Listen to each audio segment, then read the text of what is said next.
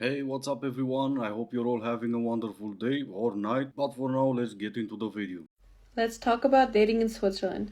I've been living in Switzerland my whole life, so yes, I can talk about this. These opinions can be controversial, so if you get triggered easily, then leave right now.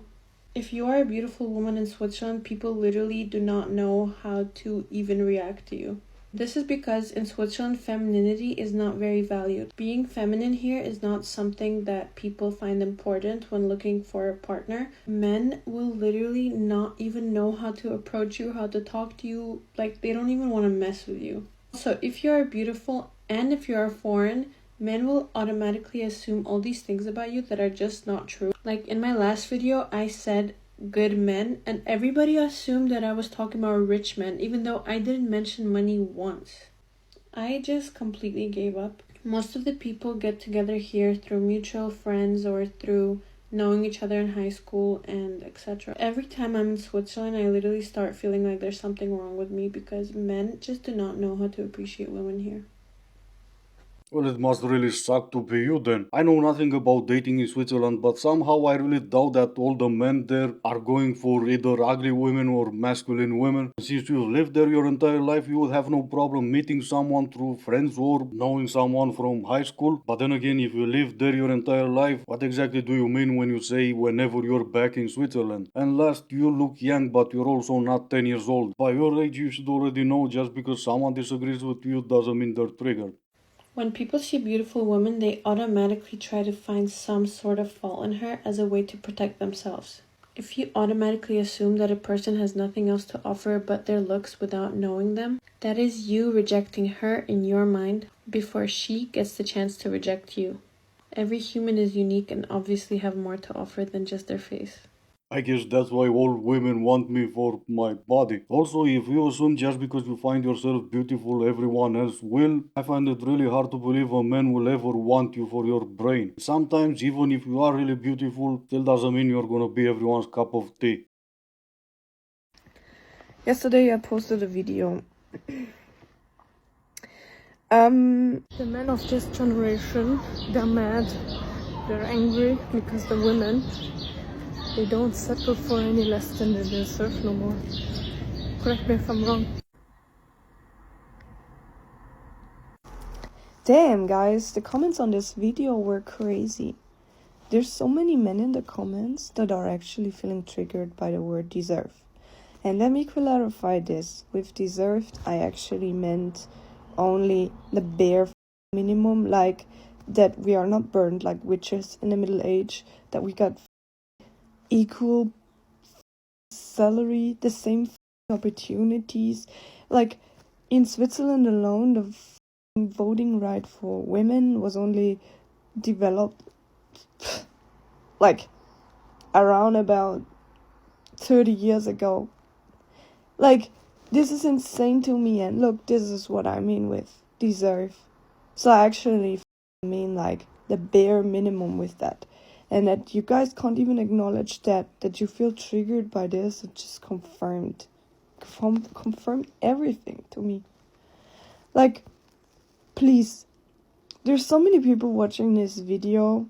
Not many people are commenting on it. Some random, most likely single dudes. Oh no, she got me. Princess, you should have never even attempted to explain what you meant by deserve. Not that I didn't ask last time I posted you, but you made it way worse than I could have even imagined. Early 70s is not 30 years ago. If you're gonna try to make a point, at least try to research what you're about to say. Because if you don't, you're really gonna sound like a blonde girl. And also, when you throw the F word in between other two words, people don't even need to watch your video, but just listen and they'll know you're a blonde girl.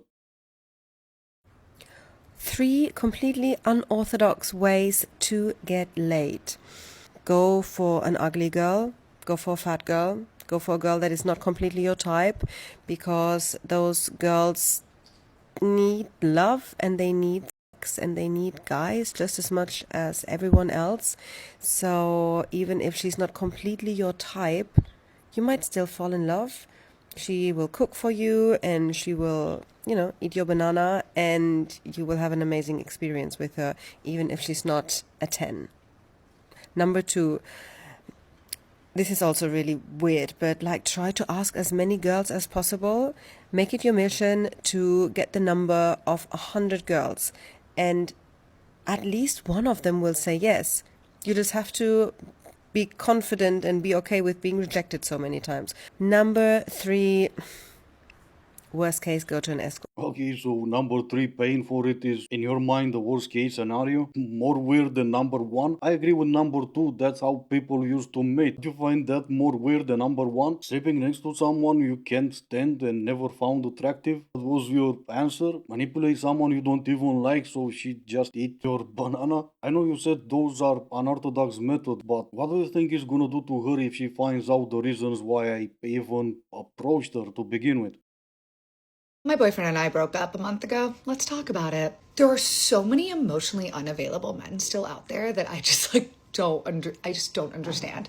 We all have our our issues, our problems, whatever. But oh my god, the amount of guys that are refusing to get help. Okay, so let me just the timeline here. We met back in November at a run club. LOL, I don't want to hear it. Well, neither did I, but here I am. We'll skip ahead because she did talk for 4 minutes. What you're missing is they both met in Miami. She thought she had a boyfriend. She didn't. Or in fact, she did have a boyfriend, but he had no idea. We all have a lot happening in our lives, but when you actually care about something, you prioritize it, right? It just became so clear of oh, you're not putting the effort in this relationship. I'm now the one doing all of the emotional labor, talking about our problems of hey, I don't feel good when you do this. I'm still very much working on how to communicate my needs, but I was trying, I was trying. Not really sure if you weren't trying hard enough or if you did, and it doesn't even matter because he had enough. Or maybe, no, wait, he must have felt so bad for you doing all the emotional labor and he decided since he can't give you a raise, he's gonna give you a break on account of how amazing you was as a pretend girlfriend. And I say pretend girlfriend because if he has days where he just disappear and you don't hear from him, princess, that is not your boyfriend.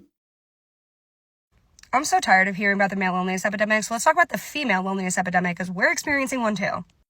The one where men treat you like you're some fantasy object, and the moment they realize you're an actual human being with thoughts, feelings, and emotions, they're gone. Or when they want you for your body, but never have any intention of actually getting to know it or respecting it. Or when they want you for your emotional intelligence, even though they have no intention of ever reciprocating it. Or when they want you for what you can do for them, but they don't want you for who you are. That's loneliness. Oh no, that's so bad. Let me make sure I got this right. Male loneliness is because of men and women loneliness is because of, yeah, you guessed it, men. I'm really trying, I swear to God, but you ladies make it really difficult for me to take you seriously. I have a question for the ladies, because this past weekend I experienced what it was like to reject a man and have him just walk away. Oh no, the audacity. Now that I'm 33 years old with a brain, can I tell you where Carrie Bradshaw went wrong? And I think you're going to be surprised by my answer. It wasn't big. It wasn't burger. Dr. Bradley Migo. Dr. Bradley Migo. We don't talk about this enough. Carrie met a doctor in the Hamptons. He had his own house in the Hamptons. He was a general medicine doctor. He thought she was cute and funny. He was cute and funny.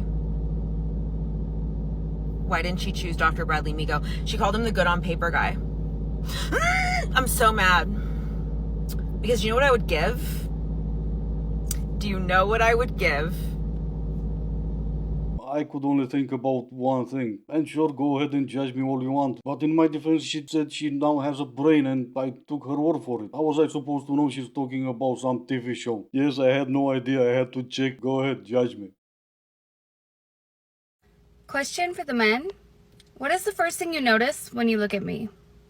Be honest.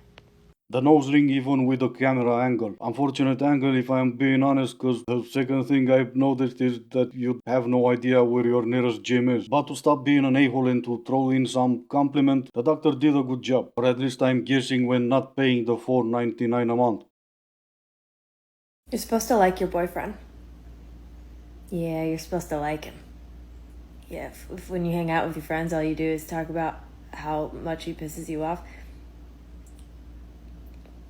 you don't like that man. Or she does, but she's in constant need of validation from her friends. Oh my god, girl, you deserve so much better. And sure, that will get eventually in her head. And I can't understand for the life of me why more men wouldn't want to be in long-term relationships. You're supposed to like your boyfriend.